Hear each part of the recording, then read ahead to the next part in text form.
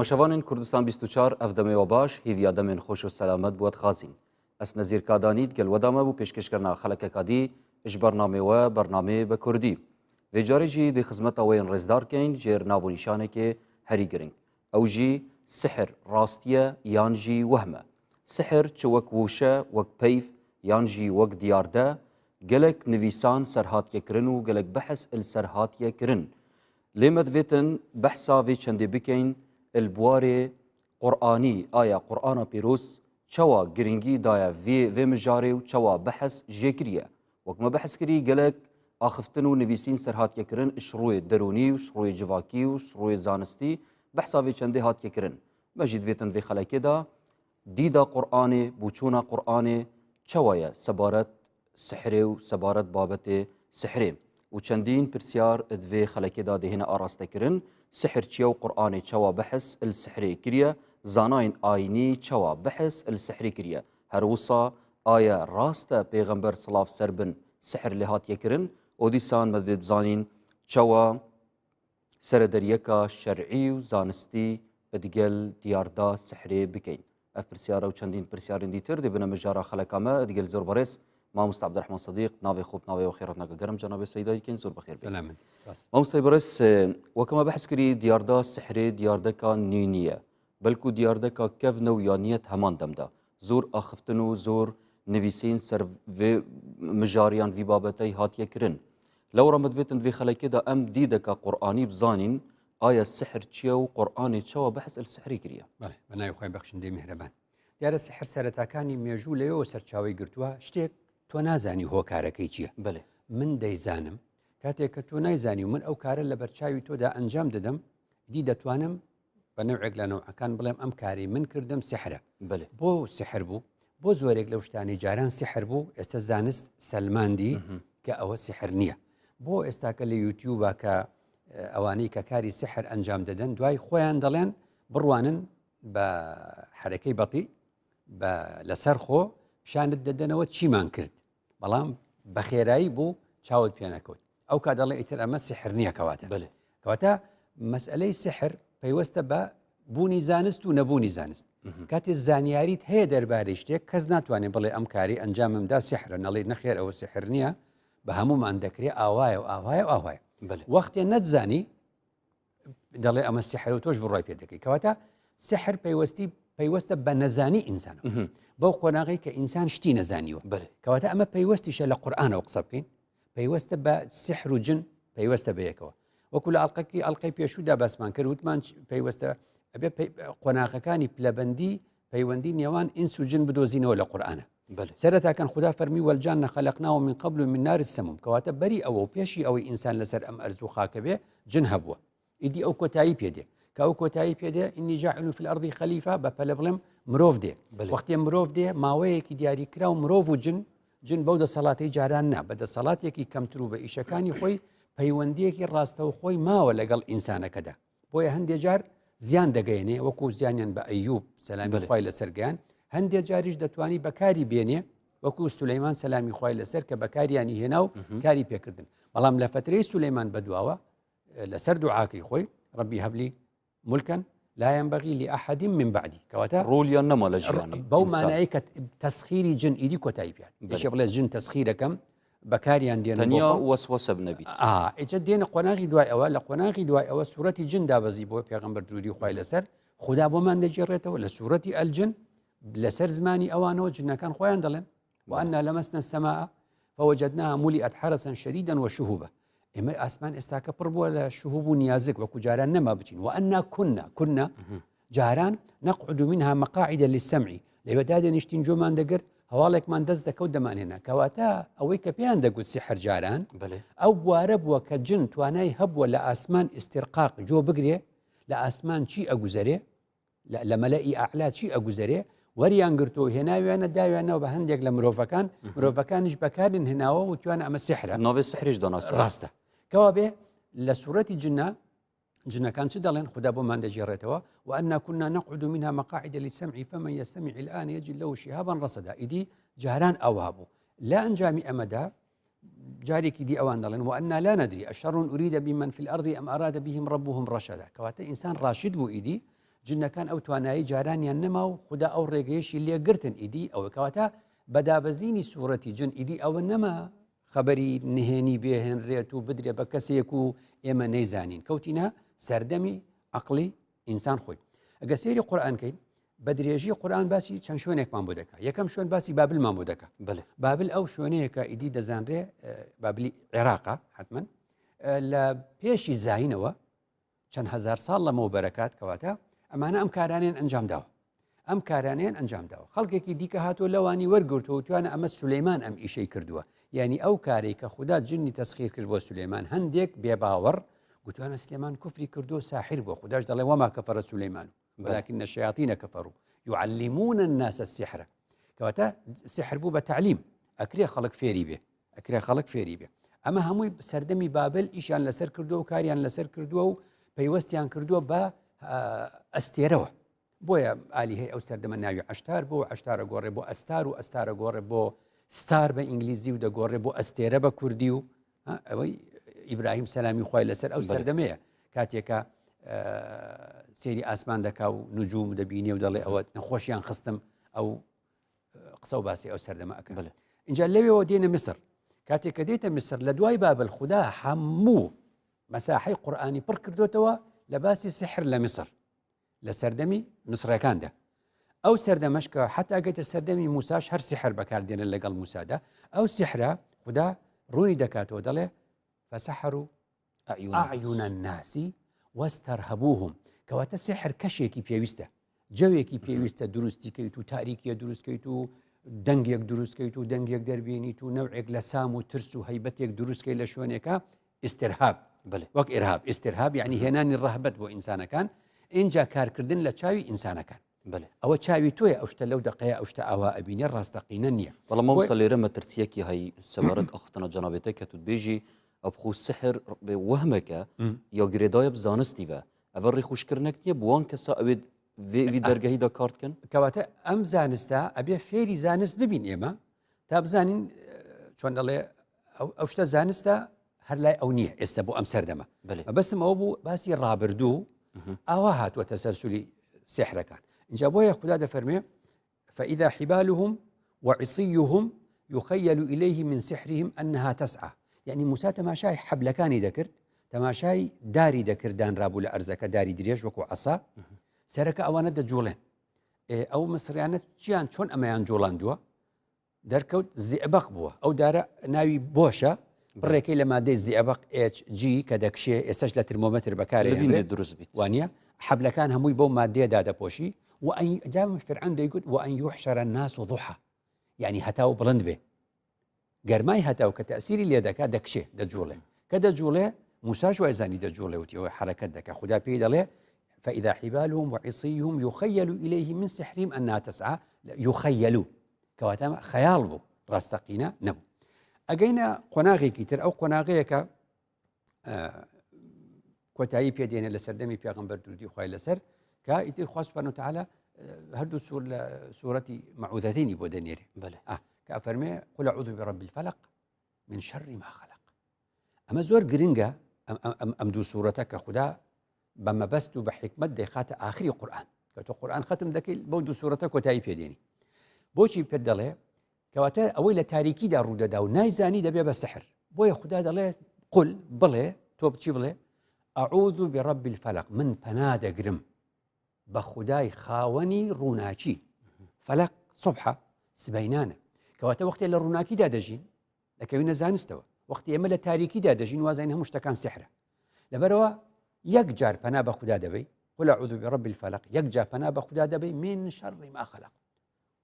ومن شر غاسق إذا وقب هەمیشان هاتەوە سەرباسی تاریکی غاسق يعني شەو إذا وقب إذا أظلم کاتێک کە تاریکە بێ کەواتە تۆ ببینە تاریکی چەند پەیوەستە و چەند پەیوەندی هەیە لەگەڵ وەستەرهەبووهم لەگەڵ جەوی ئرهاب و ژووری تاریک و کارکردن لەسەر ئینسانەکان اینجا تاگاتەوە من شر حاسد إذا حسد خەڵک نابێت لەوێ وابزانێ حەسەدەوە ئێستا من حەسوودی بە تۆ بم یان حتا بەیانی بەئەر حەسوودی من شر حاسد إذا حسد إذا حسد يعني چی يعني ئەگەر کردی بە کردەوە حەسەدەکەی کە لە مێشکمە بۆ تۆ کردم بە کردەوە خوانەکە مەسەلەن سێرەکەی حەسەد چۆنە حەسەدەوەی کابرایەک ڕقی لە هەیەکێکە بچێت تای سیارەکەی بۆشەکە ئەچێ دەستکاری شوێنێکی سیارەکەیەکە بەڵێ. ئەچێ مۆبایلەکەی دەستکاریەکە ئەچێ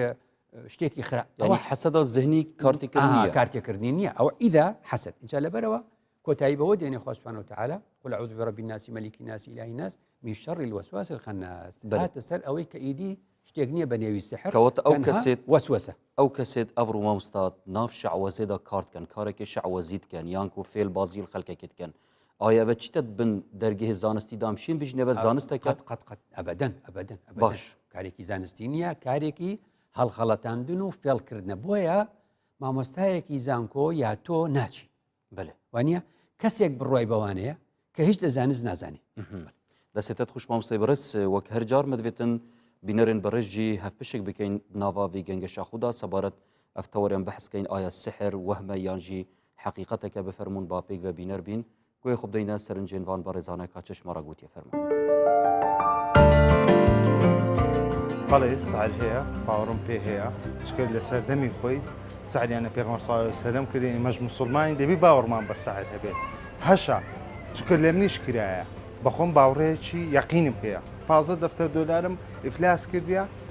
یعنی بەهۆی هۆکارەکەی چ بوو سعریان لێکردبوو یعنی ڕزقم نەما ئیشم نەما وام لێ ها تووشی زەرەر بووم تووشی نەقسە بووم بۆ ئاخیرەی تۆزێک وادێم هەڵدەستنەوە ئەوش سعرەکەم دیتەوە پوچەڵم کردەوە سحر بەخۆیدا خۆی گەورە باسی لە قورآن کە سحر هەیە بەڵام حرامە ئینسان وەکو موسڵمان نابی باوەڕی پێ هەبی لەبەرەوەی شتێکە سحر لە چاوی ئینسانەکانی مقابل دەکەن لە ئەسڵدا شتەکەوان نییە بۆ ئێمە باوەڕمان پێ وەکو سحر بڵێن سحر شتێک حەقیقی نەخێت سحر شتێکی باتڵە بەڵێ بوونی هەیە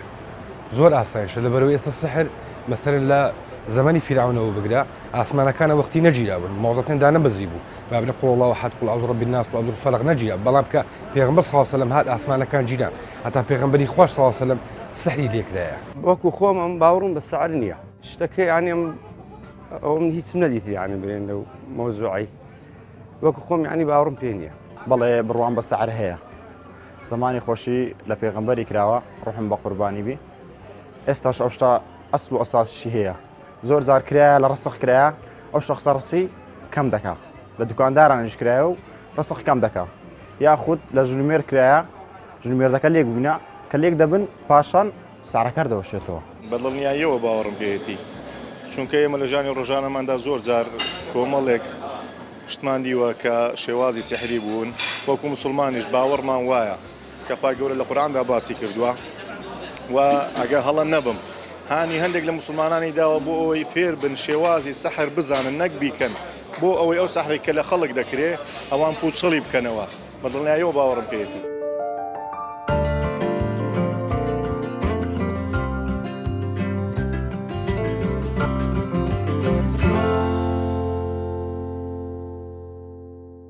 بەێ بینەرین بەڕێز سوپاس بۆوان بەڕێزانە بوو پشکداریەوان ساخ و سەلامەت بن سوپاسیەوەتکەین بۆ سەرنجێنوە کە ئاراستای مەکرین سەبارەت ئەف بابەتێ ئەم بەحستکەین بابەتێ سحر وەهمە یانجی حقیقەتە مامۆستای بەڕێز مدوێتن زڤڕی نەفسەر تەوەری خۆ سەبارەت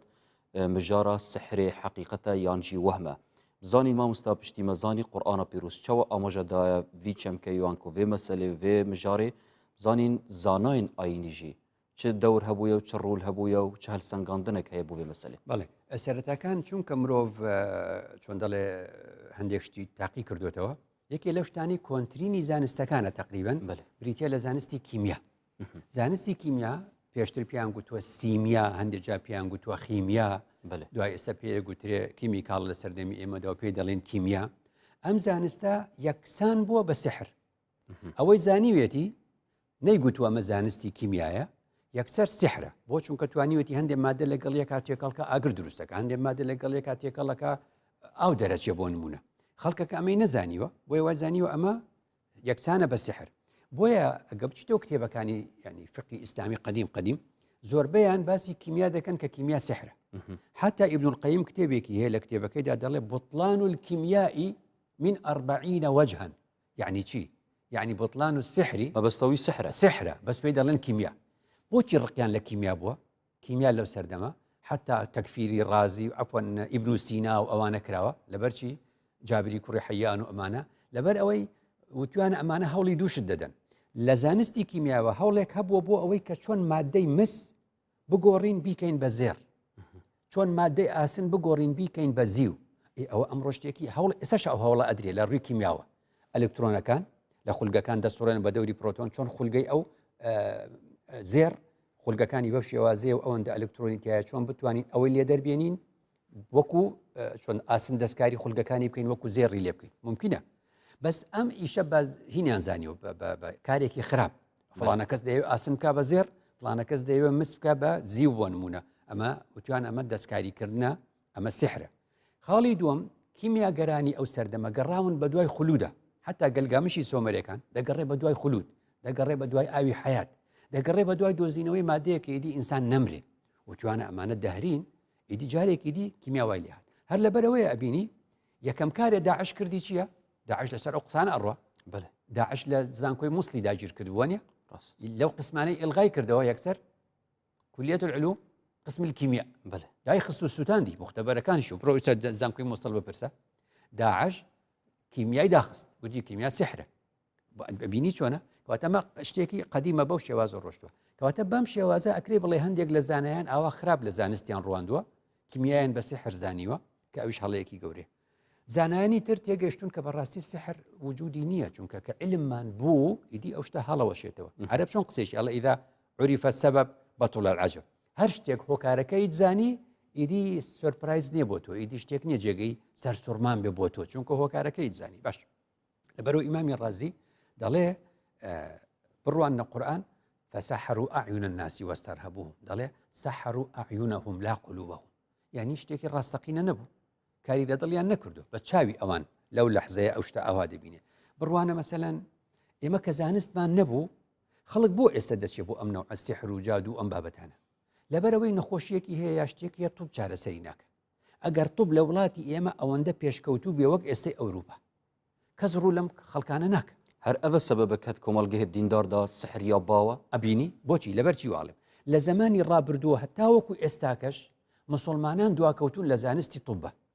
ئەوەی کە دوێنە لە بەرنمەکە یا پێم گوتی لە بەرنامی ئەڵلقەی پێشوو لە ئەڵلقەی پێشوودا کە پێم گوتی پێغەمبەر دوودی خۆی لەسەر سوودی لە طبیبێک وەرەگرت بە ناوی حارثی کوڕی کەلەدە ئەو حارثی کوڕی کەلەدە خەڵکی تائیف بووە توب لە جەزیرەی عەربی فێر نەبووە چۆلای فارسەکان فێر بووە کەواتە عەرب هەر زانستی توبی نەبووە خۆی هەر لە دەرەوە خوێندوێتی ئێمە ئێستا شوای بڕۆ سەردەمی ئیمامی شافعی سێ قەولی ئیمامی شافعی هەیە ئەمە یەکێکیانە ئەڵێ لا أعلم علما بعد الحلال والحرام أنبل من الطب أنبل من الطب لدواي علمي حلال وحرام زانين هیچ علميك نابينم نبيل بيه وشكودار بيه وكو علمي فيزيشكي وطب ولكن أهل الكتاب غالبون عليه أهل إمام الشافعي عليه أهل كتاب ليان بردين جوا كانوا مسيحي كان لطب زانين همو ما نبي بچين ولا أوان كواتا أويك اللي سردمي بيغمبري شاهبو سودي اللي ورقرتو بيغمبرش استشاري طبي بيكردوا أيوش هلا فارس فيربو إمام الشافعي عليه هر جوا كانوا مسيحي كان لطب بيشكوتون سردمي أيوش سردمي استشهر واي خلق هذا شيء بو أوروبا وشيء بو أمريكا بو علاج كواتا كتو أمد نبو تواناي خارجي شد نبو يدي بنابي بو أم حالتاني كواسحر أو أبتاني بيموسر شيخ أو محمد عبدش كزاني قوري كردة لمصر جياوة على السحر خيالة كتو أيكي راستقينا يو قوريني راستقينيش تكان نية بلكو تو أوشتوا أبيني وكو واني كإستاكا لتلفزيون أيبيني ملاي قوري كوية دالي ملاي قوري كوية داليت لتفسيركي دا برقية كمي تفسيركي دالي ئەم ساحرانە هاتنە کۆیە دەڵێ ساڵێکیان هاتنە کۆیە باوکم دانیشت بوو مەلای گەورەی کۆیە دەڵێ باوکم دانیشت بوو شێخ ئیبراهیم یا مەلا ئیبراهیمێکیش هەر لەوێ بوو ئەڵێ 4 فلسی یا 4 فلسنا پارەی عوسمانی ئەو کاتە دەڵێ 4 پولی سووری لێم وەرگرت کردیە ناو ئاوێکەوە پەڕۆیەکی دا بە سەریا هەنێ شتی خوێند و ئەوانە دەری هێناوتی ئاسێری کە ئەوە لیرێ بوو بە لیرەی زەردی عوسمانی بۆ نمونە منجان چۆن لەکوێ لیرەی گرتۆ دایەتی بڵێ وتی دوای کردەوە ناوی و شتی خوێندەوە و پارە کەمەکەی خۆی داوێتم ئەوەی کە ئیتر لیرە نەما وتی پێم گوت باشە تۆ ئەم شتە ئەزانی بۆ بەم فەقیریە وڵات بە وڵات شار بە وڵات ئەگەڕێی ئەم ئیشەمان بۆکەی بە دوو هێلکە ئەی باشە بۆچی خۆت ئەم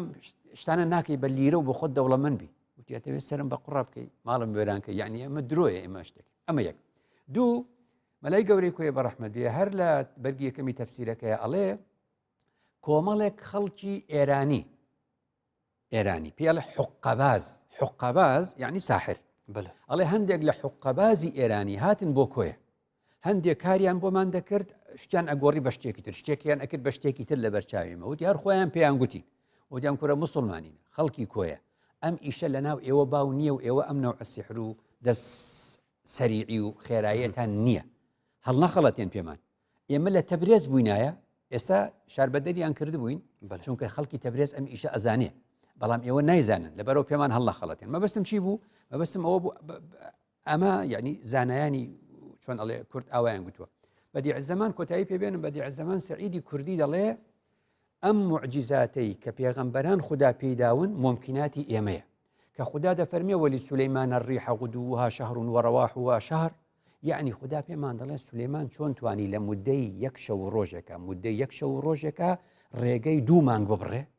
ئێوەش بیکەن چۆن ئیبراهیمیان خستە ئاگرەوە نەسووتا ئێوەش بە زانستێک جلێ دروستکەن بشتە نێو ئاگر و نەسووتێن چۆن دەڵێ فەقول نەضرب بعەساکە الحەجەر چۆن موسا بەدار لە بەرد دەدا ئاو دەرەچێ کەواتە شتێک هەیە ئێوەش دروستیکەن لە بەردیشە ئاو دەربێنن هەیە کەواتە دەڵێ هەر ئەمەیە کە جارێکی تر سولەیمان چۆن شتێکی مادی بۆ نەقلەکەن ئەمە هێشتا نەکراوە لەمانی وتمان هەمووی کراوە ئێستاکە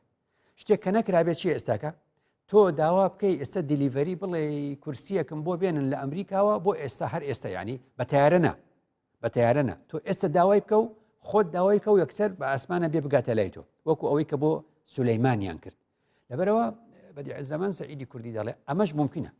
ئەمەش ئێستا هەوڵی بۆ ئەدرێ ئەمەش ئێستا هەوڵی بۆ ئەدرێت چۆن بتوانین لە ڕێگەی گوژمەی ڕووناکیەکە و ئەم پەرداخە ئێستا نەقلەکەم بۆ لای تۆ بەبێ دەست و بەبێ تیارە و بەبێ هیچ ماستاخفتنێک هەیە سەبارەت بێ چەندێت بێژن خودی دینی یانکو ئیسلام بزات هانە خەڵکی دەتن بوو سحرکردنی چەوە یعنی بێژن ناوێکی دانا سەر بێژنی معجیزە بۆ نمونە چەندین معجیزێن پێغەمبەری سەڵاف سەر بن هەنە کە بەحثکەن بێژنێ بۆ نمونە ئێکیلوان دەستی خۆهولێ کردی چەندین ئاف بەرهات و جێیشێکی ئاف vەخار یانکو دەستی خوب گەهانەکە حیوانێکی بەناو جێیشی هەمێ شیر vەخار ئیلا آخر یعنی چەندین تشتێن ڤێڕەنگە هێنە بەڵام من ناوێ دانا سەرێ معجیزە ئەوان ناوێ دانا سەرێ سحر ئەوە هاناوی چەندێن ناداتن کە سحر هەبیتن ئەمەیە کە خوددا وەڵام دەداتەوە دیفاع لە پێغەمبەران دەکا و لە سولەیمان دەست پێکا وەما کەفەرە سولەیمان بەڵێ ئەوانەی کە گوتیان سولەیمان ساحیرە حاشاه و خوددا ڕەدی دەداتەوە دەڵێ سولەیمان کافر نەبوو سولەیمان علمێکی پێبوو بەمعنە لەدونی یعنی هیبەیەک بوو ئەو علمەی لای سولەیمان بوو هی خۆی نەبوو تعلیمی نەبوو فێری بێت تا فێرمانکە هیبە بوو هەر لەبەرەوە شەپرسیارێ بکە بڵێ ئەرێ جن ئەگەر ئەو هەموو شتەی بۆ سولەیمان دروست کردبێ بۆچی ئاسەواری هیچی دیار نییە بەڵێ بۆ ئاسەوارێکی دیار بواە چونکە فەرمووی لا ينبغي لأحد من بعدي هەر خوددا لەوێ کۆتایی پێهێنا بۆ ئەوەی کە ئێمە بکەینەوە سەر عەقلی خۆمان ئێمە خۆمان ئەم کارانە ئەنجام بین جا لە سەردەمی ڕابردوو لە بەرامبەر سحری خراپەکاراندا خوددا معجیزەیدا بە پێغەمبەران چونکە عەقلی بەشەری لەو سەردەمە تەسویری بوو ئەرێ تۆ ئێستا کتابی منداڵان بینی کتابی سەرەتایی ڕسمی زۆرتیایە ڕسم وێنەی زۆرتیایە دوو کەلیمە و دوو دێڕەڵەی دارە دوو داریدی دارێکی گەورە و مناڵێک و وانە ئەبێ مناڵ ڕسمی زیاتر پیشاندەی هەتا گەورا بێ دوای کە گەورا بێ ئیتر تۆ نووسینێکی زۆر خەیتە بەردەستی پێویستی بە ڕسم کەمتر بێتەوە بەشەریەت لە قۆناغەکانی سەرەتایی پێویستی بە معجیزە بۆ لە بەرامبەری سحری جادوکەراندا ئێستا ئێمە چ دەکەین کە معجیزەی پێغەمبەران ئێستا لە بەردەستی ئێمەدا نییە ئێمە ئێستا بە زانست دەوەستینەوە لە بەرامبەری لە جێی معجیزە زانست لە بەرامبەری ئەوانەی کە جادوو دەکەن و سحر دەستێت خوش مامۆستای بەڕێز دەمێ بێنڤەدانێکی هاتی و دەهینە فلایە وین بەڕێز بینەرێن هێژا بمینت گەلمە پشتی ناوڕێکا کورد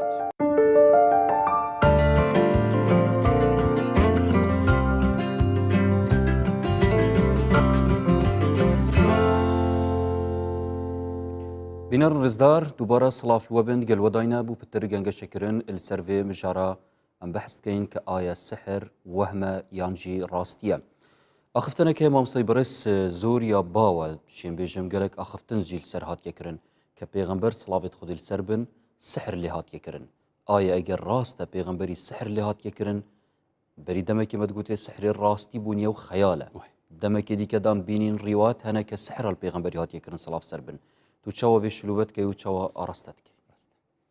ئەو بابەتەی کە دەڵێن پێغەمبەر درودی خوای لەسەر سحری لێکراوە ئەوەش نیشانەی ئەوێ سحر ڕاستە هەڵەیەک یەکجار گەورێ بۆچی هەڵەیەک یەکجار گەورێ چونکە نزیکەی 30 ئاەت لە قورئانە 30 ئاەت لە قورئانە کۆکەرەوە هەمیشە بێباوەڕان گوتویانە پێغەمبەرەکان سحریان لێکراوە کەواتە ئەوەی بڵێ پێغەمبەر سحری لێکراوە ئەچێتە خانەی قسەی بێباوەڕەکانەکە بەڵێ وقال الظالمون والكافرون هم الظالمون وقال الظالمون چیان گوت إن تتبعون إلا رجلا مسحورا هذا أوان وایان گوت دەڵێن ئەم پیاوە ئەم پێغەمبەرە مەسحورە و آخر ئەو ڕیواتەش دوێکت سەلمینە تەواو کەواتە ئەگەر ڕیوایەتێک هاتە نەو کتێبەکانی سیحاحیشەوە دەچینەوە سەر قسەی زانایانی کورد بەڵێ زانایانی کورد باشترینیان لەم بوارە مامۆستانە بەڕای من مامۆستا ناسری سوبحانیە بەڕەحمەت بێ دەڵێ هەر فەرمودەیەک لە هەر کتێبێک بوو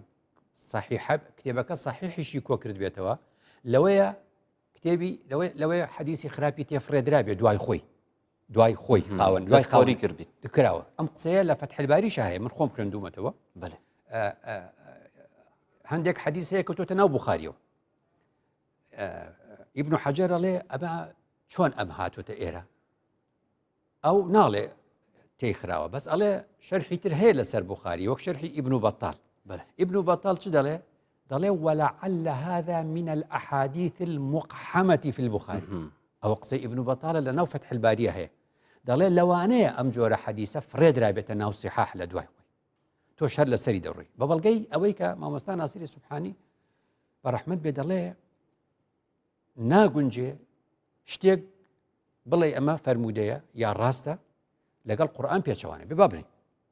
جاري هەرچی بێ باوەڕانە دەڵێن ئین تتبعون إلا رجلا مسحورا کەواتە ئەمە ئێمە نابێ قسەی ئەوام بکەینەوە دوو نابێ پێغەمبەر سحری لێکرابێ و نابێ تۆش لێت بکرێ و نابێ منش و نابێ هیچ کەسێ سحری لێ بکرێت بۆچی مامۆستا خوا فەرمووی ولا يفلح الساحر حيث أتى قسە لەمەوە ئەمە قورئانە ولا يفلح الساحر حيث أتى لە هەر شۆوە بێ ساحر قەت سەرکەوتوو نابێ قەت ناگا بە ئامانجی قەت ناکات بەڵام واقعدا هەیە مامۆستا آخر بەکو گوتم ئەم تەخەیولەیە ئێستا تۆ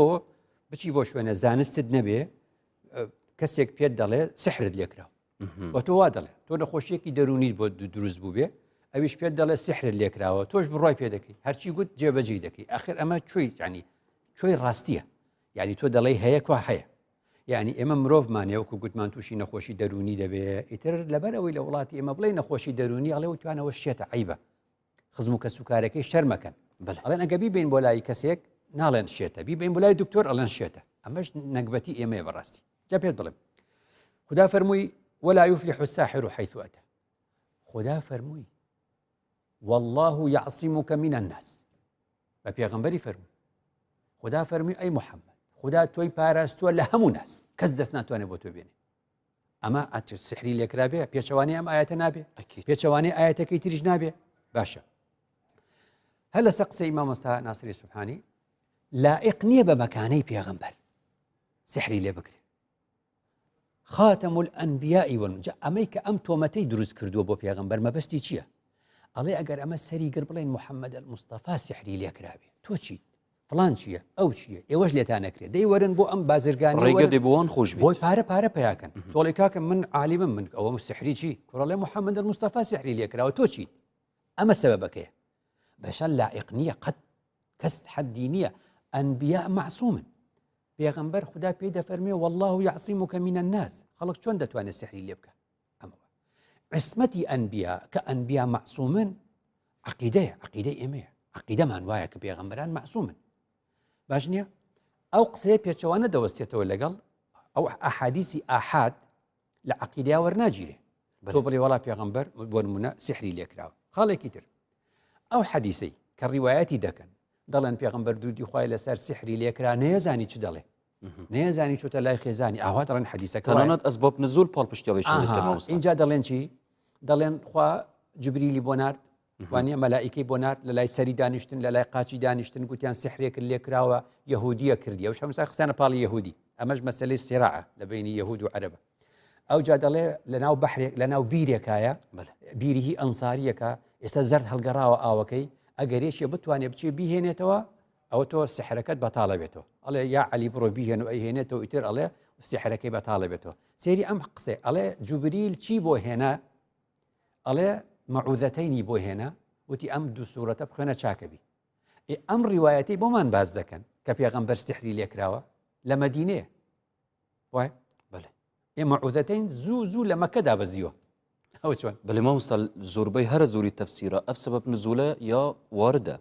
کە معویزەتەین نازل بوون بۆ وێ سحرال پێغەمبەریاتی منش وا دەڵێن بەڵام بڕۆ سێری قورئان کە معوذەتەین مەکیە وانە ئەو حەدەسەش لە مەدینێ ئەوە چۆنە ڕاواکرێت قڕانێف چەندە نەزانیە ئەو کەواتە یعنی بەسمتر ئەوەیە خوا چۆن بێوێ شتێک دەرخات ئاوای لێ دێ ئەو کەسانەی کەوا یانەوێ هەڵەیە بکەن درۆێ بکەن بەدەمی پێغەمبەر و درودی خوای لەسەر هەر ئاوا کەشف دەبێت اینجا خاڵێکی تر زۆر گرنگە پێغەمبەر خۆی دەفەرمێ ئەوەی مەسەلەن عەجوە بخوات یەخ پێغەمبەر خواردوێتی بڵێن ئەو ڕۆژە نەیخواردو قەی ناکە ئەذکار اليوم والليلة پێغەمبەر پێمان دەڵێ ئاەت الکورسی بخوێنن مەعوذەتەین بخوێنن لە ماڵ دەردەچن پێغەمبەر پێمان دەڵێ ئەم ئەذکارانە بخوێنن شەیتانت لێ دوور دەبێ جنت لێ دوور دەبێ هیچ تەئسیرت تێناکە من قالە ڕۆژی دەجار بڵێ لا إله إلا الله هەموو ئەمانەی کردووە هێشتاش سحری لێ بکرێ ئەمەشە پێمان دەڵێ هەر زیکرێکش بکەن هەر سحرتان لێ دەکەم ئەوەش پێمان دەڵێ قیمەتی زیکرمان لەلا کەم دەکەنەوە ئەو کەسانە بەم کارە خاڵێکی تر ئەی پێغەمبەر درودی خوای لەسەر هەر لەو ڕیوایەتانە هەندێکەڵە چەند ڕۆژە سحری لێکراوە هەندێکەڵەن 6 مانگ آخر پێغەمبەری خەبەری ئاسمانی بۆ بێ 6 مانگ سحری لێکرا بێ نەیزانی بێت چێ گوتی بێ ئێستاکە دینەکە تێکەچێ دوای بێ لەو 6 مانگە هەندێک قسەی کردبێ و هەندێکە زوەری گرتی بێ و بە دینی زانی بێ قسەی خراپ هاتووە لەو کاتە چۆن خوددا ڕێگە دەدا پێغەمبەرەکەی تووشی ئەو شتە بێ چۆن خوددا ڕێگە دەدا پێغەمبەرەکەی تووشی ئەوە بێ کە هەندێک قسە بکە نەیزانی بێ گوتی بێت دەستێتە پێغەمبەر بەڕێز درودی خوای لەسەر چۆن دەڵێ معسووم بەێ مەدوێتن مامۆستا پتر گەنگەشی بدەینەوی تەوەرەی و بە حسابی چەندی بکەین چونکی مژارێک هەری گرنگە بەڵام وەک هەرجار مەدوێتن بەشێ دوێ گۆهداریا وان بەڕێزانە بکەین کە چشمەڕا گوتیە سەبارەتە و پرسیارهاتی ئاراستەکردن لە شار و شارۆچکت کوردستانی بینەرین بەڕێز پشکدار بووینە فەرمون.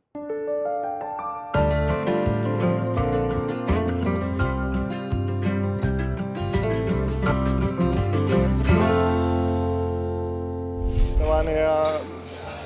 کاریگەریەکی هەبێت لەسەر خۆت و لەسەر ئەو کەسێک کە سەحرەکەی لەسەر کراوە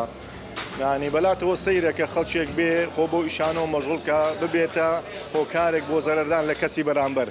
ئەوە بەڕێی منۆک مسلمانێک تەمان بەلامەوە لەوانێ زۆر شتێکی ناخۆش بێ کە ببینی کەسێک نزیکێکت وە بۆ لایەنێک کەشی و ئینسان هەمیشە ترسی لە خۆشی دەبێ لەوانێ لە داهاتوودا ئێمەش پێوینە بەر ئەو لە شاوێکە بە هۆکارێک هەر هۆکارێک بێ وامان لێ بێ سەحرمان لێ بکرێ جاوەڵی سەحر بەخۆی نەخۆشیە نەخۆشیەکە ڕۆحیە تووشی بنیادەمێشکە دەکرێتن ئینسانی نەخۆشیش پێویستە بەم ڕاعاتە دەبێ ئاگەر لێ بێ مساعدەی شعوری بکرێتن لە خەڵکی ئێستا بەڕاستی بڕای بخۆی نمایە ئەوەیە لێ هاانە لە بۆ هەندشتی دەبا کە هەندشتن لە دنیاشکێ سەر چییە سەر ئەلمە بخۆی ئەلمە کۆت و شاشی لە پێش تێسە دەیبینی و شاشەیە تەلەڤزۆنە دەیگواستەوە وەکو زەنابتە ئێستەکەم دەگوازنەوە بەخۆی سحر وایە بەڵام لۆمە مەمنوعە لە بەرەوەی شتەکان لۆمە ناکرێت ها لە پێغەمبەر سولەیمانی عەلەیهی سەلام زنەکان هاتن سەحریان لە خەڵکی دەکرد ژن و مێردیان لێک دەکرد ئەگەر سەعر و شتیوە هەبا ینی دەبا کەس هەر بە سەعر شتەکە بەڕۆیش باە بخۆم باوەڕم پێ نییە ئەو شخصە لێشی دەکرێت کە لی دەکرێت تێک دەچی کە تێکش دەچی هەتا سەعرەکارنەوەشێتەوە شخصەکە چانابی ئەو شتە ناو کوردەواریما ئێستا ئەو شتە زۆر بووە خەڵکێک دەیکە بە پارە بە پارە دەیکە لە کەسە شتەکە یان خود دوو کەس لێک دەکا ئەو شتە ئەسلی هەیە بەڵێ بینەرن خوشتەوی دووبارە سڵافوە بن گەلوەداینە بوو پتر گەنگەشەکردن سەرێ چەندێ و پشتیمە گۆهداریا سەرنجێن وان بەڕێزان ژەگیری و زۆر سپاسیاوان دکەین و ئاختنین جوان ئاراستەی مەکردن ساخ و سەلامەت بن ئینشاڵڵا مامۆستای بەرز بزەڤڕینە سەر تەوەرێ خۆ بە حساوی چەندی بکەین چەوە سەرەدەریەکە شەرعی یا ئاینی زانستی ئەدگەلوی چەمکەی بهێتەکردن بینەرن بەڕێز ڕەنگەوێ گافکێ چاوەڕێوێ چەندێ بن کە بزانن ئەڤڕۆی بە چەوە سەرەدەریت گەلوێ مەسەلێ بکەن باشە جادوگەر و سحرباز ئینسانی باشن یا خراپن عادەتەن ئینسانە خراپەکانە بەێ باشە ئەمە جۆرێکە لە فەساد خدا ناویناوە جۆرێکە لە فەساد یەکەم شت ئەبێ ئیمانمان ئەوەنە دامەزراو بێ بەنی چۆن دەڵێ بە قورئان و بە سنەتی صحیح پێغەمبەر درودی خوای لەسەر کە خدا لە قورئان دەچی دەفەرمێ خدا دەفەرمێ ما جئتم به السحر إن الله سيبطله لەوە کوردی یعنی بیکە بە کوردی هەر شتێک ئێوە هێناوتانەوە پێی دەڵێن سحر خدا بەتاڵی دەکاتەوە هیدی مەڕۆ بەلای فلان و فلان و فلان و فلان بۆت بۆ خدا بەتاڵی دەکاتەوە إن الله لا يصلح عمل المفسدين ئەو ئاەتەکەی یعنی ئەوەی ئەم کارە دەکا و سحر دەکا مفسیدە. اینجا خوددا دەفەرمێ ما جئتم به السحر إن الله سيبطله. کەواتە ئەمە خاڵی یەکەمە کە ئێمە لە مەسەلە ئیمانیەکانە پشت بە قورئان ببەستین، پشت بە فەرمودەی ڕاستەقینەی پێغەمبەر ببەستین.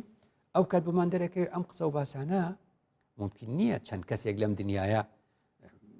لە کۆی 7 ملیار و 500 میلیۆن ئینسان تەحەکوم بە ئێمە بکەن. ئەوەیە. دوو، گەڕانەوەی چۆن ئەمە ئێمە باسی دەکەین تێگەشتنی کوردانە لە ئاین. تێگەشتنی کوردانە لە ئاین پێمان دەڵێ هەتاوەکو ساڵانێکی زوو لە مەوبەر ئەم قسە و باسە نەبوو. ئەم قسە و باسە هاوردەکراوە. چۆن هاوردەکراوە؟ هاوردەکراوە مرۆڤەکان بە یەکتری دەدەن، لەوێشەوە بە یەکتری دەدەن دێ.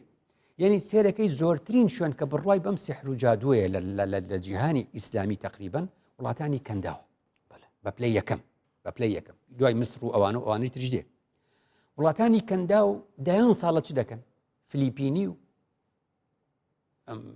ئەثیوبی و ئەفریقی و ئاسیەویان هێناوە بە پیاوی خادیمە و ژنی خادیمە، پیاوی خادیم و ژنی خادیمیان لێ. ئەم ئیستیقدامی خادیماتە لەگەڵ خۆیانە ئەم باسانیان هێنا بە حساب ئێمە سحرەکەین و نازانم چوزانم ینی شوێنی پیسی مرۆڤەکان و تێکەڵکردنی میز و تێکەڵکردنی پیسایی و بە خواردنی و ئەو ئەم پیاوە لەو ژنە ئەکەن و عیلاقی بینی ژن و پیاوەکان لە خەلیج تێک چوو و خیانەتی زەوجی ڕوویدا. هەموو ئەم قسە و باسانە تێکەڵ بوو. چۆن ئەمە باسی 30 ساڵ دەکەم، تێکەڵی ئەدەبیاتیان بوو. لەبەرەوە ئەوان زۆر بڕایان پێیەتی. یەکەم ئەو نووسراوانەی ئەوێ و لە ڕێی ئینتەرنێت و لە ڕێی کتێبەکان و گەشتە ئێرە. خاڵێکی تریش جارێکی تر ئەو خادیمە ئەفریقی و ئەسیوبی و فلیپینیانە گەشتنەوە کوردستانیش. ماوەیەکی تر لێرەش ئەو باسی سراڵدا، ماوەیەکی تر ئەو بازارش گەرمە بێ لە لای ئەوانەوە جارێکی تر. کەواتە پێشی ئەمە ئێمەوەمان نەبووە. وەکوتمەوە مەلای گەورە باسی لە 1876 لەدایک بووە، لە 1943 وەفاتی کردووە. لەو سەردەمە گاڵتەیان بەم شتانە هاتووە، گاڵتەیان پێ کردو و بە هیچیان زانیوە. کەواتە بۆ لەم زمانە وای لێ هاتەوە. کەواتەوە پێمان دەڵێ کاتی ئێمە زانای کوردی خۆمان دەخوێنەوە لە بەدیع زەمان سەعیدی کوردی وەردەگرین، کاتێک لە محەممەد عەبدەی کوردی وەردەگرین، کاتێکە لە مەلای گەورەی وەردەگرین، کاتێک لەم زانایانە وەردەگرین دەبینین مانە گاڵتەیان بەمشتا هاتووە. زانیویانە زانست هەیە و زانیویانە دینێکی جوانی پاک هەیە. خدا بەم هەموو علم و بەم هەموو ناوە جوانانەی هەیەی يعني أليس الله بكاف عبده. آخر خدا للقرآن ودفرمه خدا دفرمه أليس الله بكاف عبده. أري خدا تنبسنيه بله أيه باشيت لما زيادة القناة بخلق ببن إيه خالي زور سلكي ليرة أويا. أما لا أوروباش كاتي خوي لسدي 15 و 16 كوتنا ساحر كشتن وحكاياتي أوج مسألة مادي لبشتي بو دولة من بونو أيانيان كشتو باركانيان مصادرة أكردو أقصى باسانا من بمسر شارسر. بله شارسر ببلي كم تێگەشتنی خۆمانە لە ئاینی خۆمان نەک هاوردەکردن. دوو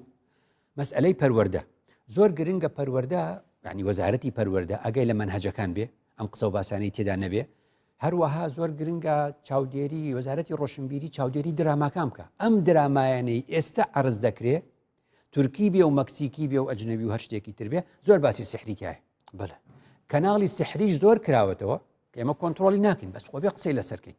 خۆ بێ قسە لەسەر ئەو درامایانە بکرێ. تەنانەت منداڵ ئەفلام کارتۆنی ئێستا پلەیستیشنی ئێستاکە کە منداڵ یاری پێدەکات سحری تایە. یعنی شتێک وا دەبێ و شتێ وا دەگۆڕێ و ئەوە دەکا بۆ ئەوە دەکە. ئەم منداڵە لە مێشکی وا دروست دەبێت کەواتە وا تەسەوڕەکە ئەمانە ڕاستەقینەن وازانی ئەمە سحرە. کەواتە وەزارەتی ڕۆشنبیریشی تێکەوت و وەزارەتی پەروەردەشی تێکەوت. ڕێکخراوەکانی ئافرەتان، ژنان، خوشکان، خانمان ئەبێ قسە بکەن. بۆچی زۆرینە؟ من بەڕاستی زۆر خەفەتە خۆم. زۆرینەی زۆری ئەوەی بڕوای بە سحرە ژنانە.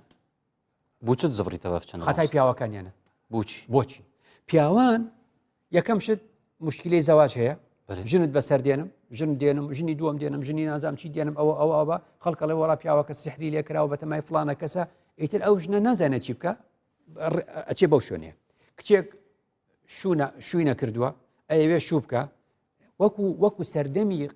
قدیمی جوان نییە کچ بە باوکی بڵێ ئەمەوێ بمدەی بە فڵانە کەس. کچەکانی شوعیب وانە یا ئەبەتی استەئجره إن خير من استأجرت القوي الأمين. يعني کچ بە باوکی دەڵێ ئەم پیاوە کوڕێکی باشە. یعنی چی؟ یعنی لەم حەیەکە ئیشارەتێکە ئاماژەیەەکە ینی ئەم کوڕم بەدڵە ئەوەش نەتیجێ نەئازادیە نییە؟ نەبوونی ئازادی نەبوونی ئەم پەیوەندیە باشەی نێوان کوڕەکان و باوکەکان نەبوونی کچەکان و باوکەکان و دایکەکان نەتیجا اینجا کۆمەلگا کاکە بۆچی کچ بگاتە 25 ساڵ پێڵێن قەیرە ئەم قسە خراپانە چییە؟ ئیتر وڵات تازە تەواو و شەمەندەفەری زەواج بەجێ هێشت ئیدی خۆی ئازادی نییە و ئەمەی نیە پەنا بۆ ئەم شوێنانە بە لەبەرەوە مناڵی نابێ خەتای پیاوەکەیە پیاوەکە شەرمەکە بچێ بۆ دکتۆرە بڵێم خەتای منە منداڵم نابێ خەتاکە لەوە وانە ژنی فەقیریش نازانێ خەتای پیاوەکەیە ئەچێ بۆ دکتۆر